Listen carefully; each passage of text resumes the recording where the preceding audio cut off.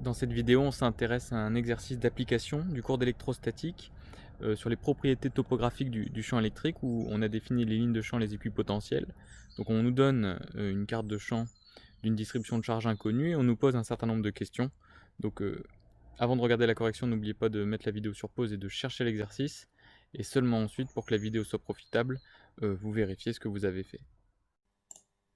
On a donc ici un exercice où on nous propose une carte de champ créée par une distribution de charge qu'on ne connaît pas. On nous donne ici les lignes de champ électriques créées par une distribution de charge inconnue. Donc l'objectif de ce premier exercice, ça va être d'essayer de prédire la distribution de charge qui aurait pu créer ce champ électrique, d'étudier un peu les symétries de cette distribution de charge, dessiner les équipotentiels et repérer les zones où le champ électrique est maximal, en norme ou minimal. Donc dans la première question, on nous demande de proposer un positionnement des charges qui pourrait être à l'origine de ce champ électrique. Alors, nous, ce que nous connaissons, c'est l'équation de Maxwell-Gauss, et nous avons vu qu'une interprétation de cette équation de Maxwell-Gauss, c'est que le champ électrique diverge des charges positives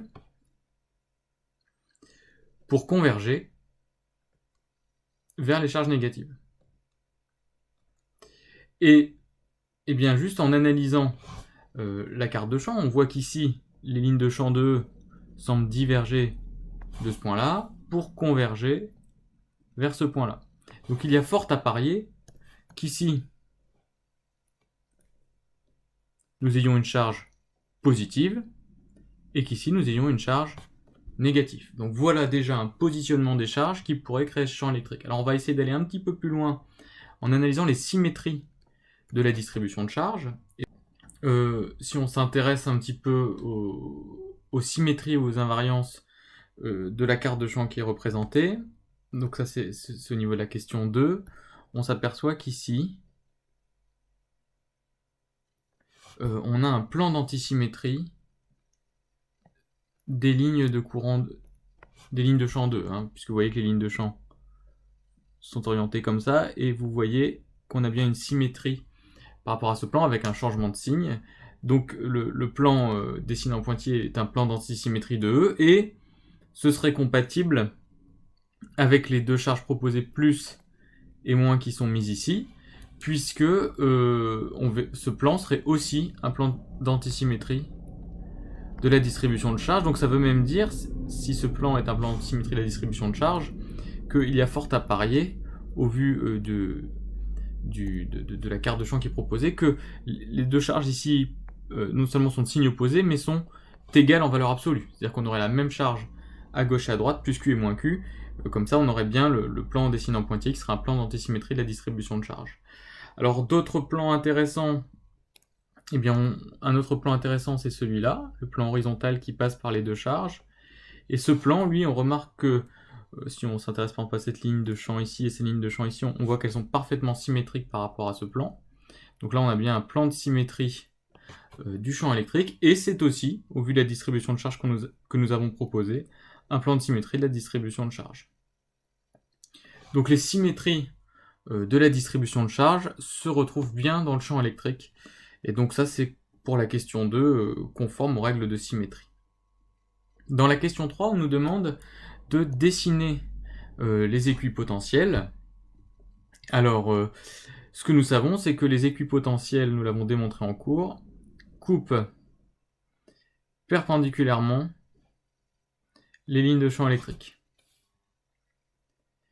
Et donc, on peut imaginer une équipotentielle facile, c'est celle-ci, et elle coupe perpendiculairement toutes les lignes de champ électrique ici. Donc là, on a une équipotentielle. Puis je vais en dessiner des autres toujours en bleu. Regardez, en fait, si vous prenez voilà, ce genre d'allure pour les équipotentiels, vous êtes perpendiculaire à chaque fois aux lignes de champ électrique, et donc en fait on contourne un petit peu les charges comme ça. Alors ce ne sont pas vraiment des cercles, on verra qu'en fait ce qu'on est en train de tracer, ce sont les équipotentiels de ce qu'on appelle le dipôle électrostatique. Un dipôle électrostatique, c'est un ensemble de deux charges plus Q et moins Q, et on va apprendre dans le cours suivant à déterminer le champ électrique créés par cette distribution de charge et tracer les lignes de champ et les équipotentiels. Donc là en fait c'est ce qu'on est en train de faire d'un point de vue graphique. On démontrera l'expression mathématique des équations des lignes de champ et des équipotentiels, et donc c'est ça que nous trouvons ici. Donc un certain nombre d'équipotentiels ici en bleu, donc du côté droit, et on va avoir, voilà, de manière symétrique du côté gauche, un certain nombre d'équipotentiels, donc en chaque point perpendiculaire aux lignes de champ électriques. Alors c'est pas forcément évident à dessiner, mais voilà, il faut comprendre l'allure et la restituer. Donc voilà pour la question 3, les équipotentiels, donc tracés en bleu. Et enfin, on nous demande de repérer les zones où la norme du champ électrique est maximale ou minimale. Alors je vais effacer les dessins d'équipotentiels ici, pour qu'on y voit un petit peu plus clair. Je remets juste, et j'efface aussi les plans de symétrie et plans d'antisymétrie. Donc on peut redessiner les charges. Donc on avait dit qu'on avait une charge plus Q et une charge moins Q. Nous savons que en dehors des charges, donc dans des zones par exemple ici où il n'y a pas de charge, la densité volumique de charge ρ est nulle, et donc en dehors des charges, l'équation de Maxwell-Gauss s'écrit div de E égale 0, et nous avons montré dans le cours que par application du théorème d'Ostrogradski, ça signifiait que quand les tubes de champ s'évasaient, ou quand les lignes de champ s'éloignaient les unes des autres, on avait diminution du champ, de la norme du champ électrostatique. Donc cette norme va être maximale finalement quand les lignes de champ vont être trop serrées, c'est-à-dire en valeur absolue ici, et ici, au voisinage des charges. On aura ici les zones où la norme du champ magnétique est maximale.